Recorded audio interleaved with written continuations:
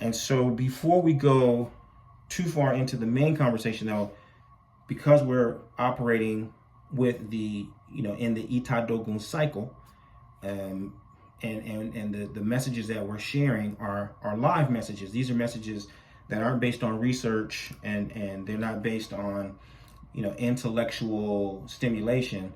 We're talking from the place of actual live divination. This is what Ifa has said for us, and that's another thing that's got to be reiterated over and over and over again for us. I think particularly as Westerners in the practice, this is about the practice.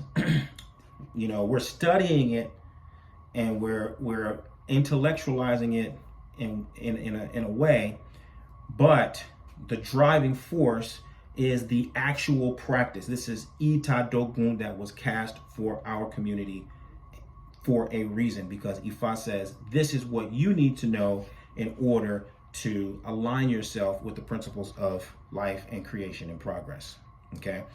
And so the previous itadokun gave us the symbol of the downward facing crescent, right? And the downward facing crescent represents, bending to the breaking point. It calls for a need for flexibility, adaptability, change, right? And all of those things associated with being able to compromise in order to progress, right? And so that's what the symbol was for us in the previous itadokun.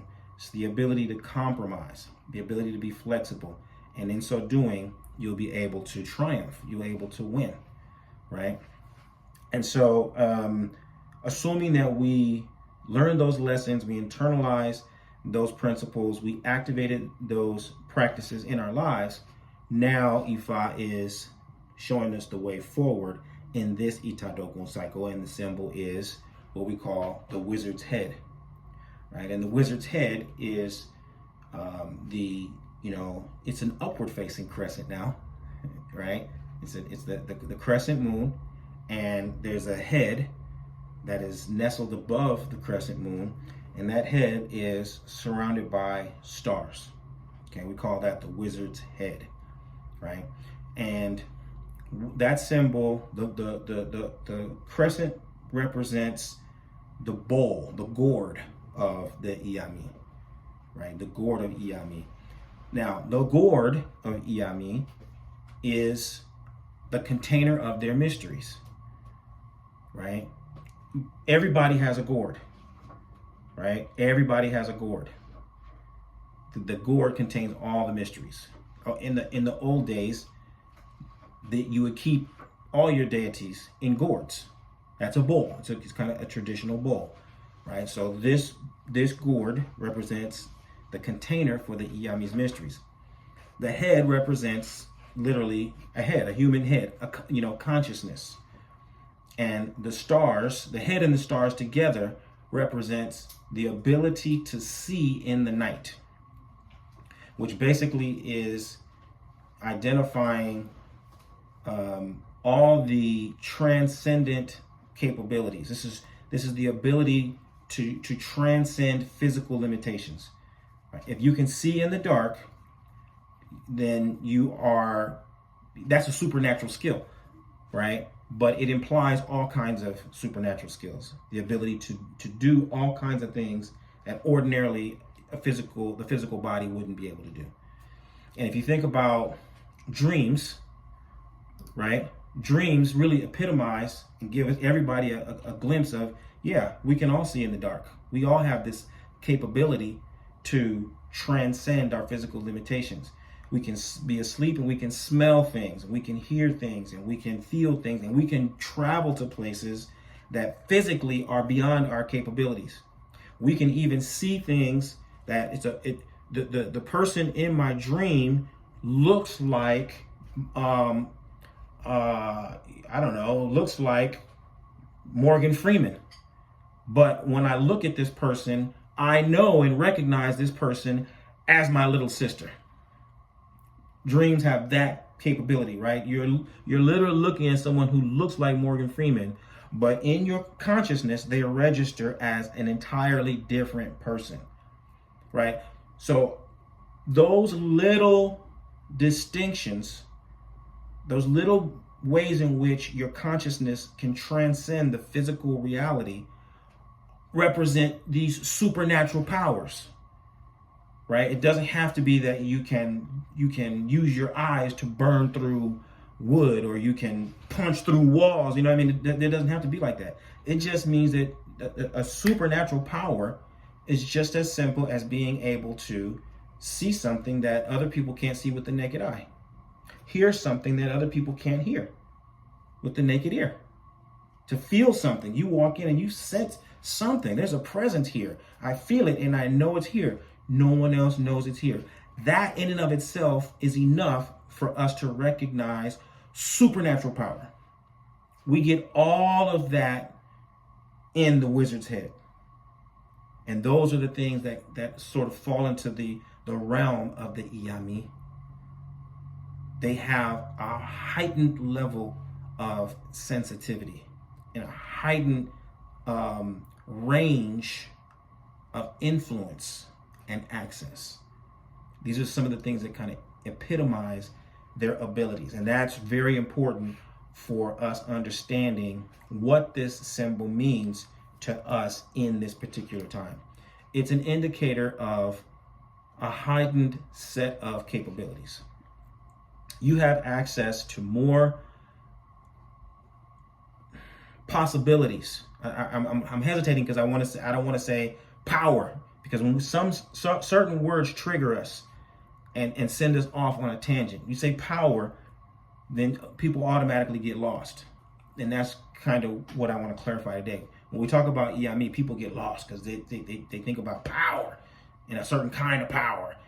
And they're drunk. They're lost. You're talking about something totally nonsensical. It has nothing to do with the tradition. It's just based on this idea of power. Let's think of it as access to certain kinds of a range and a spectrum of sensibilities.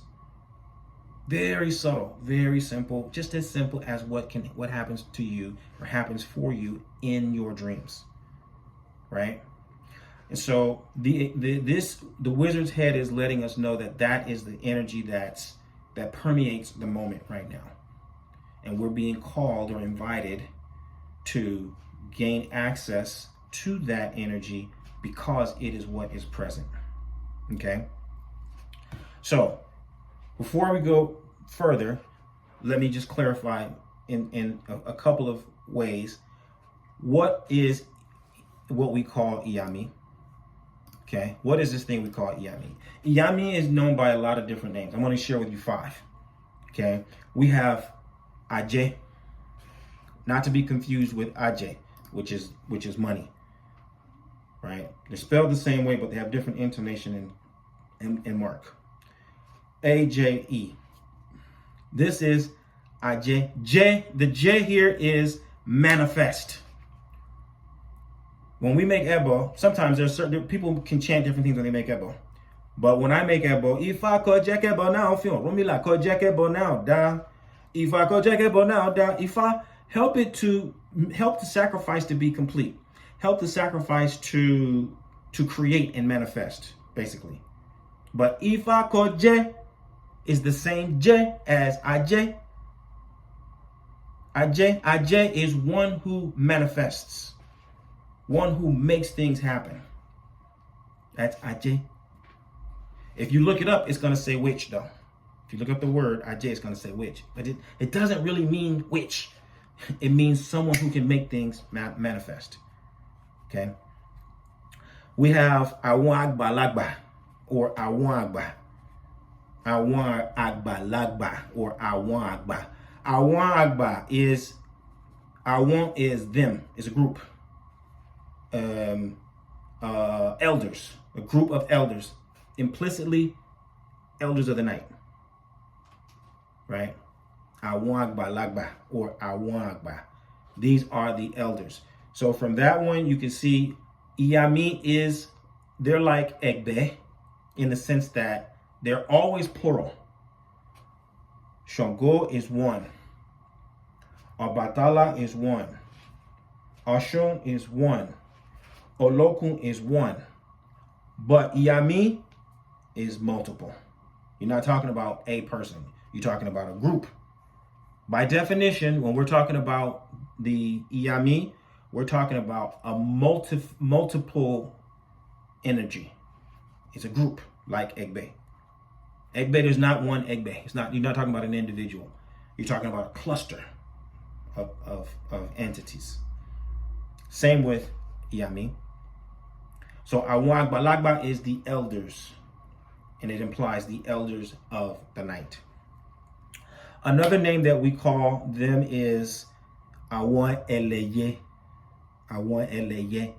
Eleye are the bird owners. The bird owners. Okay? Awon Eleye are the bird owners.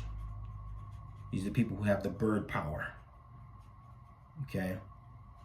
Because a bird lives in between, right?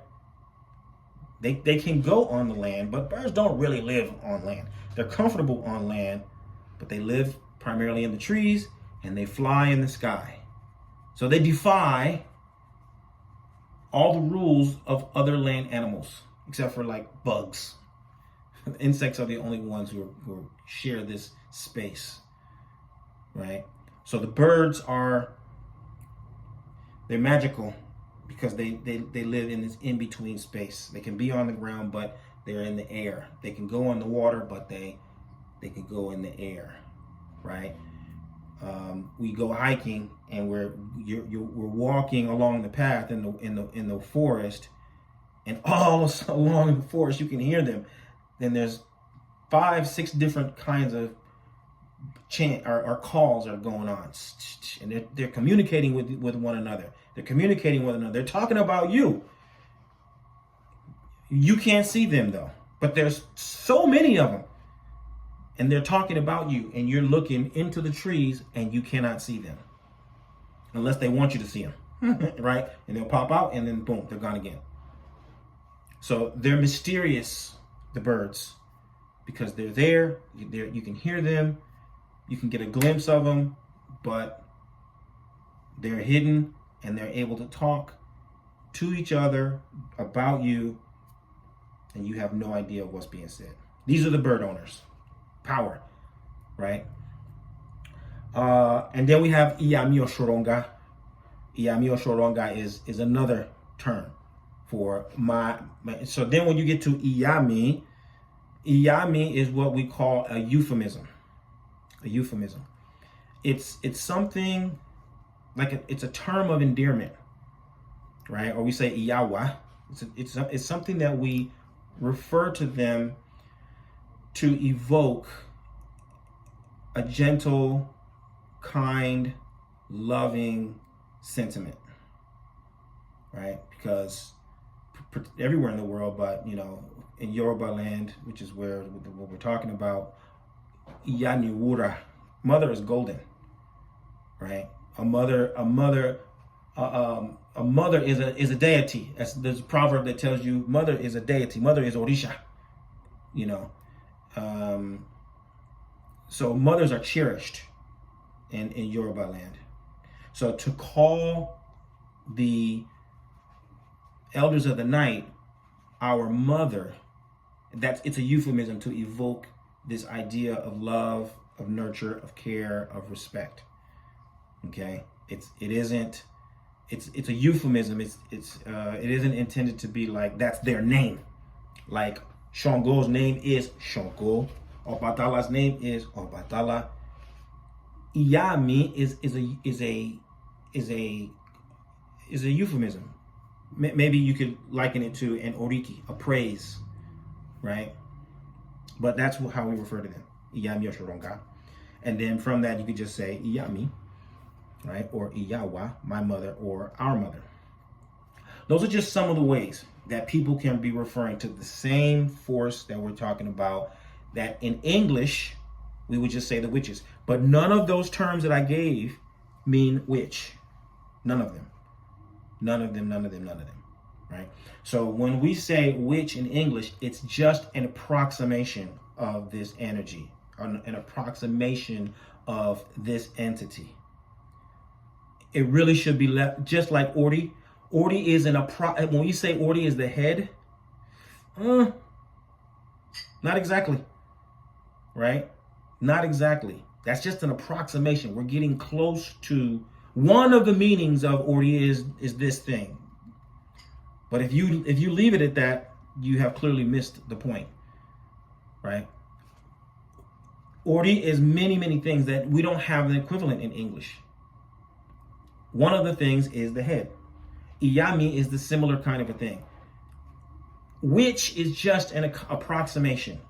It's not a direct translation of that entity, right? So I just gave you 5 words, 5 terms that in English we would just reduce to which, but it's not quite right. So important. It's so important because, as I mentioned Tuesday, what happens is we graft traditions and we conflate traditions. So we'll say that whatever terminology, if we say, Iyami is witches, then we will graft the Western idea of witchcraft and the experience of witchcraft onto our tradition. And then we will conflate the histories to say that what happened in Europe and what happened in Salem, Massachusetts, and what happened, wherever else the word witch is used, that's the same thing. It's the same everywhere, but it isn't the same. We're not talking about the same thing. They may have some things in common, and they do have some things in common, but they're not identical. It's not the same thing. And you got to respect the distinction. It is very much like, just by analogy, just by coincidence, Catholicism and Yoruba tradition were grafted together. They call it synchronicity. Just by chance, they linked one Orisha with a saint and another Orisha with another saint. But it's just by chance. There's nothing real to it. There's nothing actual about the relationships between this one or that one. And you can tell because in Haiti, they have Catholicism and Orisha. In Trinidad, in Brazil, in Cuba. But they're not all the same. Shango isn't linked to the same saint in all those countries. Oshun isn't linked to the same saint. Obatala isn't linked to the same saint. Oya isn't linked to the same saint in all those countries. The connection is merely coincidental. If it had been Hindu deities that came in contact with Yoruba deities, they would graft them together in a completely different way. Right? So the idea that iyami and witches are the same thing, it's not. It's not the same thing. Do not associate those things together just because we're using English to try to approximate this force in our pantheon. They're not the same thing. Okay? This is so important. It's so important. And we have to do this all the way down. It's not just Iyami. It's all the Orisha. It's Olodumare. Olodumare is not God. God is not Olodumare. They're not the same thing. The Bible is not Odu. Odu is not the Bible. They're not the same. We're just approximating. We're doing the best that we can to say that, in this position where there's a supreme being, we call Olodumare, they call him God. But God doesn't say anything about Obatala. God doesn't say anything about Ogun. God doesn't say anything about Eshu or Yemoja or Olokun. God doesn't say anything about that. The closest thing you can get to what God says about these things is you got to read the Bible. And according to the Bible, all of those things are demons. If you want to use that logic, the Bible's going to tell you everything that we do is demons. Everything. So if you just use logic, you'll see, that doesn't make sense. Olodumare is not God. Iyami is not witch. They're not the same thing. These are just approximations. And when you can accept that and really understand what it means, you will free yourself from a lot of the confusion and the conflating of histories and cultures and meanings that is really, it's destroying our understanding and our ability to actually participate in our tradition in a way that's consistent with the structure of the tradition. Okay? So, what is, according to Ifa, what actually are the iyami? Okay? What is the origin of iyami? What is the function of iyami? On Tuesday again, I misquoted the Odu. I thought it was Ogunda Obara. It's the opposite. It's Obara Ogunda. Obara Ogunda. Obara Ogunda tells us about the relationship between the beginning of the conflict between human beings and the iyami. It was the two were in the primordial state, and human beings went into the world. And when human beings went into the world, we left our children with iyami, and they took care of our children. And then when it came time for them to go into the world and us to take care of our children, they made a pact.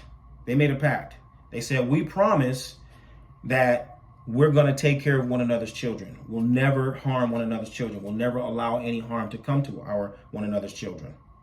Iyami kept their end of the bargain. When we went into the world and came back, our children were fine. But when they went into the world, our children killed their children and ate them. So when Iyami came back and he said, what about my children? Then, human beings said, oh, well, while you were gone, our children ate your children. And so Iyami obviously was displeased with the gross, indiscretion. And so they decided at that point, they made a pledge. It's on. Since you ate our children, we are going to now eat your children. We are now going to destroy the lives of your children from now onward, right? They made a decree, okay? And so that Obara Ogunda explains why there's a perpetual rift between people and the iyami. Another verse, Ogbe Ofun. Ogbe Ofun tells us how, and we're going to assume that in terms of chronology, this is after the original error that we made as people. Or perhaps it's even before, right? This is even before, because in Ogbe Fun, what happens? Ifa tells us how Obatala, Orunmila, Eshu, Obatala, Orunmila, Eshu, and Ogun were charged with making the human being. Orunmila gave the instructions, Eshu gathered the clay, Ogun made the bones, and Obatala did the sculpting. And while they were in the process, they had made a tent, right? And this was a secret operation that no one could know about. Olodumare had commissioned them to do this. Meanwhile, Iyami got wind of it. They knew that these four deities were doing something great, and they wanted to know what it was. So they got Okete. Okete is giant rat. Okete is giant rat. We don't really have it. It's like, the closest thing to it is possum. It's like possum. And so Iyami commissioned Okete to go and spy. So Okete dug a tunnel all the way to the tent and was spying. And then when Okete came back and told Iyami what was going on, Iyami started to conspire. They say, okay, we're going to sabotage this effort. And so as they were going, and they were little by little, they were gathering information and plotting, and they were doing things to sabotage the effort. Somehow Oromila got wind of it in the process, which was, his job as the sort of architect. Oromila says something's wrong. There's something wrong. So after a couple of rounds of this happening, Oromila divined. And they told Oromila what to sacrifice. And he got a long iron rod with a sharp point. And when Okete came out, stuck his head into the tent where they were, Oromila used the iron rod to go through the neck, through the neck and the mouth of the Okete and kill it. And since that time, Okete has been used as an offering to Iyami. This is an indicator of this is the one that we know was working for you, right? And so anytime we want to appease Iyami, we're going to use Okete. Okete is one of the preferred offerings for Iyami. But that Odu tells us about how even in the creation of humanity, Iyami was working to sabotage the process.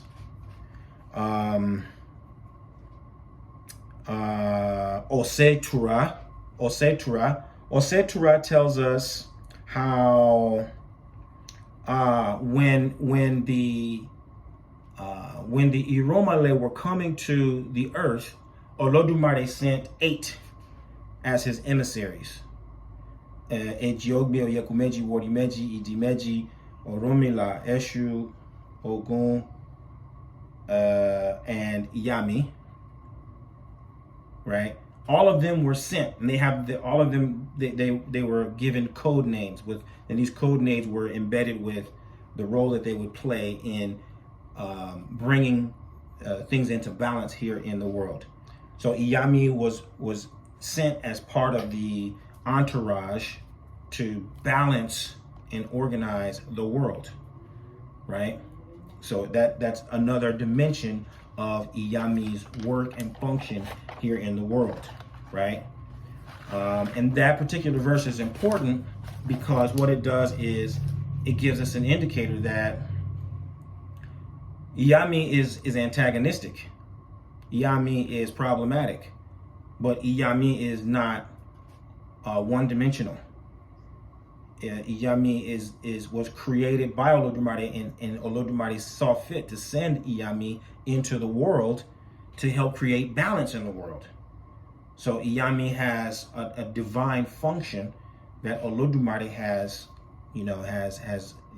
commanded, right?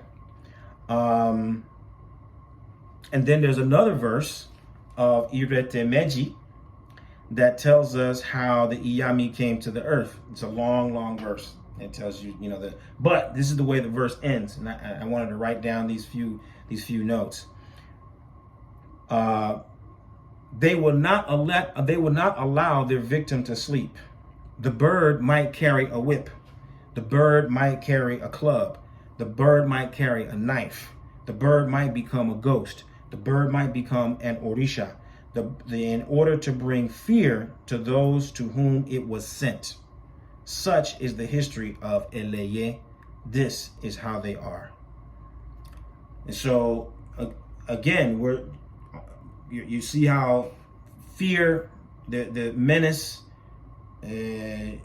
trouble, destruction, these are things that are endemic to Iyami's nature. And we can go on and on and on and on and on and on and on and on and on, and verse after verse after verse of how Iyami is, what their nature is. I'll tell you one more that this comes to mind. This is a verse of Iroso Ose, where Iyami, Oromila is in the world and he's doing all these great things for humanity. But sacrifice is, the deities don't feel like the sacrifice is being properly distributed. And so they have a meeting, and while they're having a meeting and they're trying to figure it out, Iyami takes off from the meeting and says, I know what I'm going to do. I'm going to destroy everything that human beings have done with Oromila's help. Fortunately, Oromila had made sacrifice, and so Eshu intercepted this message and he ran and he told Oromila on earth, hey, there's someone coming, there's a force that's coming and it's destructive. And Oromila left earth and made his way back. Eshu said, bring Obi with you. So Oromila gathered up Obi and he took the Obi with him. And when he got halfway between heaven and earth, he met Iyami and he said, well, where are you going? He said, we're going to destroy everything that human beings have done. Oromila says, you can't do that. Why would you do that? And they said, because we haven't gotten our fair due. We haven't gotten our compensation. And so Oromila said, here, I'm going to give you Obi right now. And as a matter of fact, I'll pledge that every 4 days, my people will give you Obi every 4 days if you promise not to destroy everything that they've done.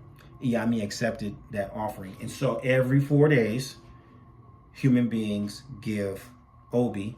Well, Ifa devotees give Obi, and part of it is distributed to Iyami, right? So these are, again, I'm just trying to give you some idea of how the Iyami function, how they show up.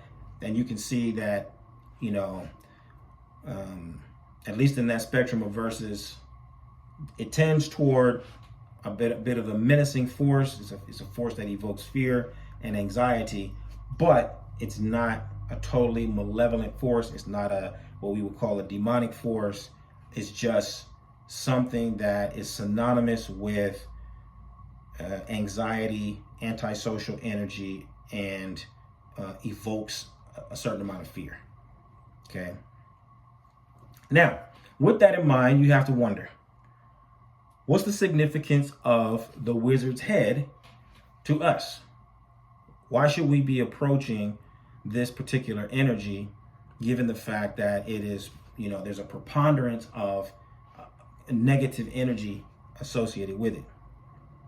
So I want to share a couple more verses, 3 more verses with you to give you some understanding of how this actually plays out in some of the other aspects of understanding that we have that make it possible and even recommended to gain access and make use of the access to Iyami when the opportunity presents itself.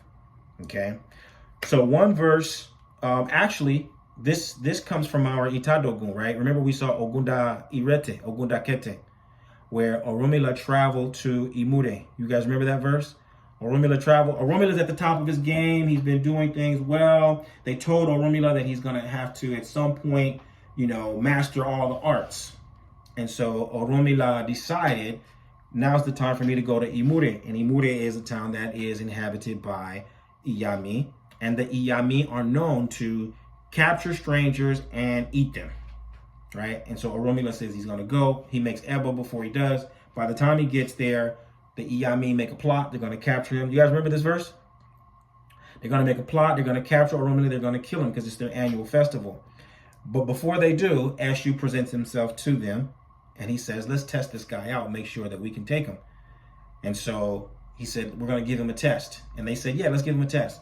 In the morning, everybody's got to wear red. If you don't wear red, then we get to eat you. In the afternoon, everybody's got to wear white. If you don't wear white in the afternoon, we can eat you. You got to wear black in the evening. If we catch you in the night and the evening, if you don't have black, then we get to eat you. Oromila had made sacrifice with red, white, and black fabric. Eshu had these beautiful gowns made for him. And every time Oromila came out, and he was properly dressed, red, white, and black. And then the story goes on. There's more aspects and dimensions of it. But what that Ogunda Irete tells us is that the Iyami represent, again, this formidable force. But if you can master this force, you will be elevated. Oromila was able to match them, right? Meet their expectations and exceed their expectations and even give them challenges himself. And they elevated Oromila. They gave him a title. They made him a chief. He was able to prosper very well. And then he had the cunning to disguise himself as Obatala at the end and leave without them even knowing it. Right? So this is the kind of, if we are able to transcend, if we're able to meet the force and the dynamics of the Iyami, we would be elevated. We would be promoted. We would be empowered. Right? So that's one part. This is why you see For example, on staffs, a lot of ceremonial staffs, say for Osain, for example, there's a bird on top. For Osun, there's a bird on top. Some people like to tell people the story that it means that the iyami are in charge of Osain and the iyami are in charge of that. It doesn't mean that. It means that Osain has mastered the bird power. It means that Oromila has mastered the bird power. Osain is Eleye, he's a bird owner. Oromila is Eleye, he has bird power. And when people have the bird, anyone who has the bird power, they don't fight amongst one another. So when Oromila has the white, red, and black fabric, it indicates that he is of their ilk. You can't kill me because I'm one of your own now. I have mastered your power. I have demonstrated mastery of what you do. Right? That's what that means. When Ogunda Irete comes through and it tells us that he got those things and he had the bird in his bag and all that. You guys can go back and see the verse. It means Oromila has mastered the bird power. And so he gets elevated. Another verse that we also saw was Irosu Otura. And this is where Ifa said that someone is going to prosper beyond belief. You're going to be doing the same thing you were doing yesterday, but all of a sudden, bam, you're going to go viral. No one can understand how you did the same thing 5 days in a row, but boom, on the 6th day, you just were everywhere. You were phenomenon, right? And the key was Oromila had to start selling alcohol. Remember that? And when Oromila was selling alcohol, the iyami would come, and there were only a handful of them, 4 or 5 of them.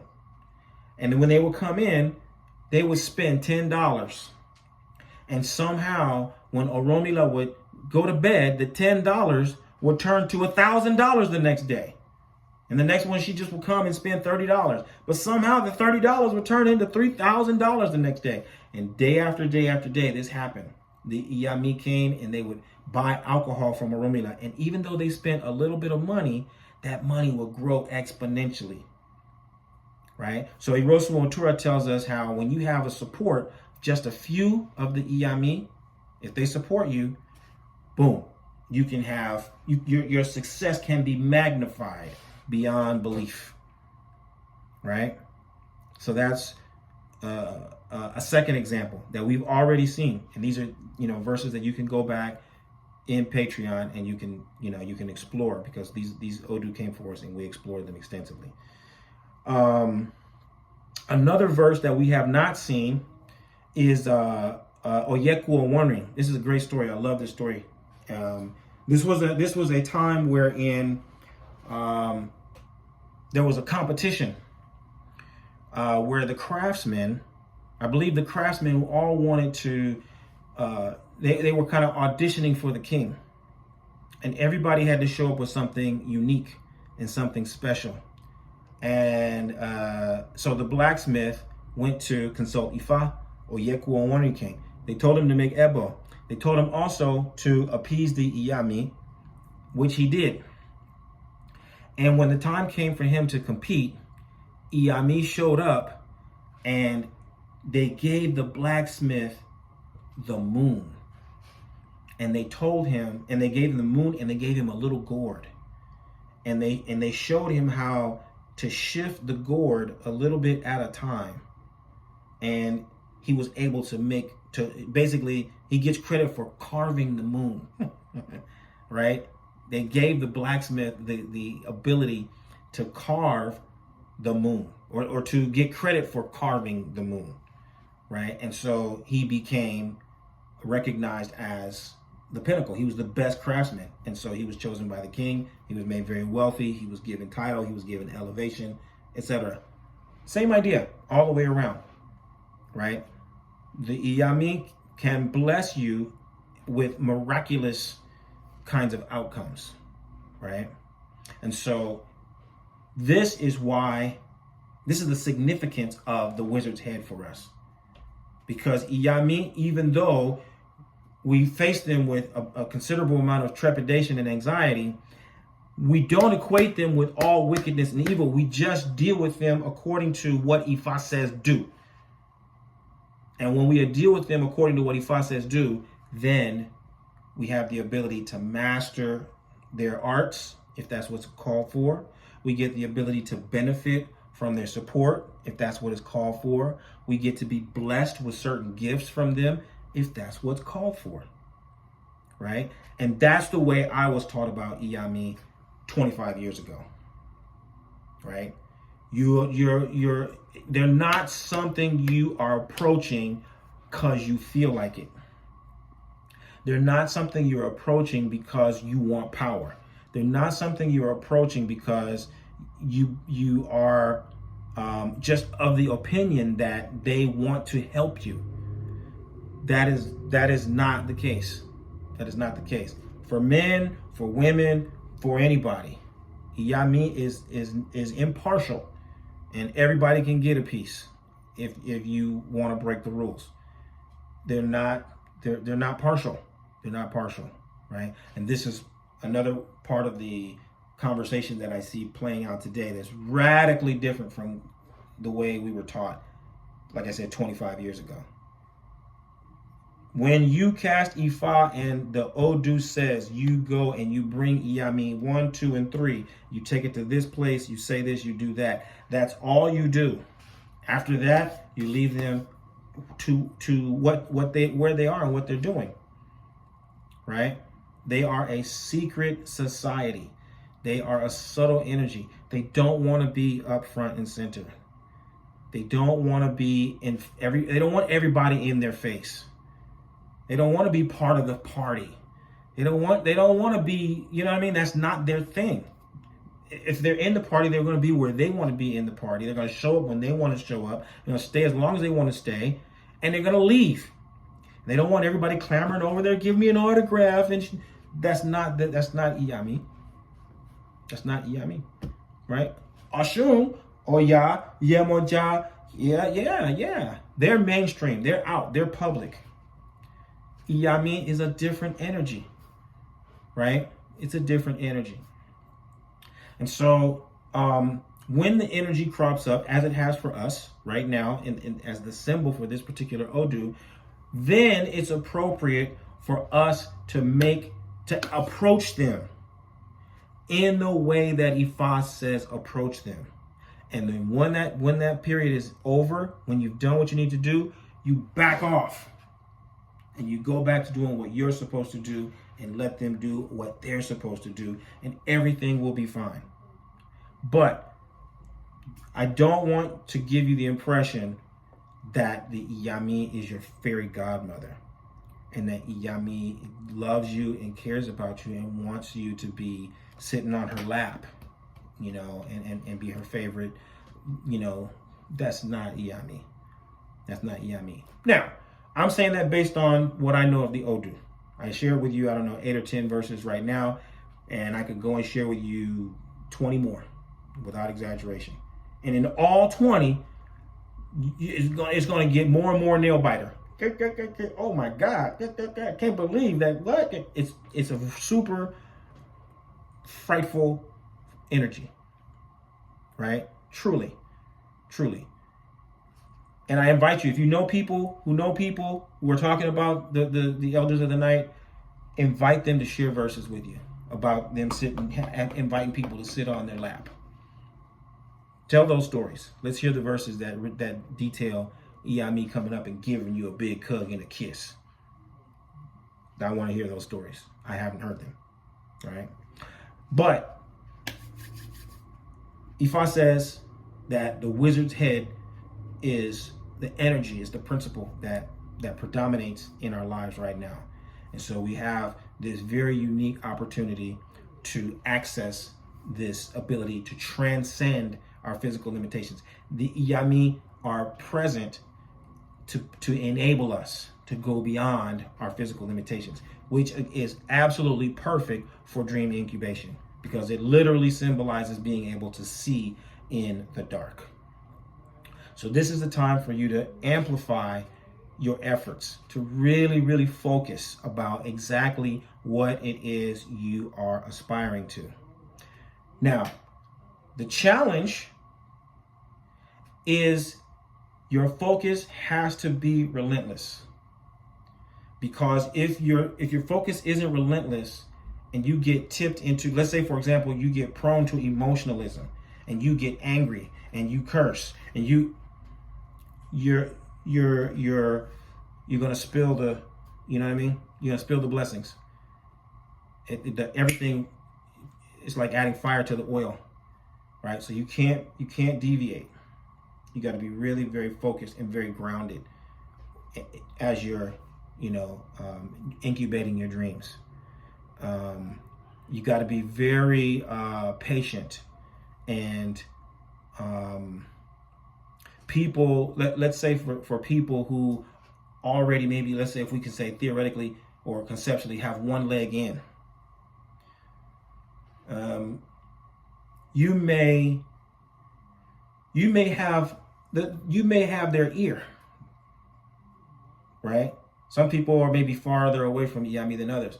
You may have their ear, which requires that much more discipline, because you're walking around and you're just grumbling and complaining about so and so.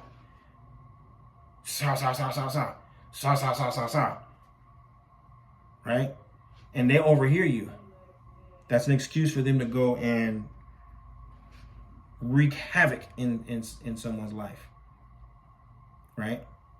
Because you, whose voice their ear is attuned to, you said this person, blah, you know what I mean? You're just complaining, you're just venting. It's not really a problem. It's just you being, petty and complaining and yeah, and they picked up on it and boom, and then people end up suffering with things that they really don't need to suffer from because you lack the clarity and the focus that goes along with having that kind of access.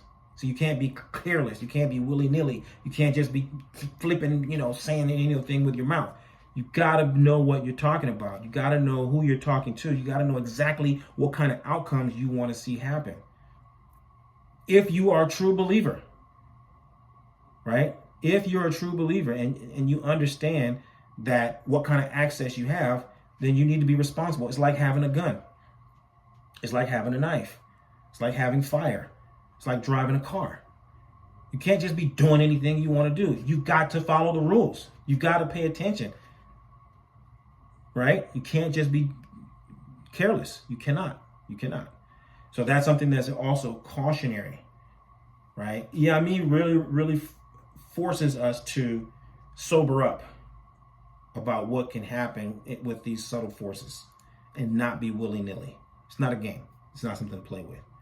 At the end of the day, that is what I think when we look at the compendium of verses and the what can happen, at the end of the day, you recognize, hey, this is not a game. I shouldn't play with this. Let me get focused. Let me do exactly what I need to do. Let me be precise. Let me be exact. And let me go back to doing what I'm supposed to do. Okay?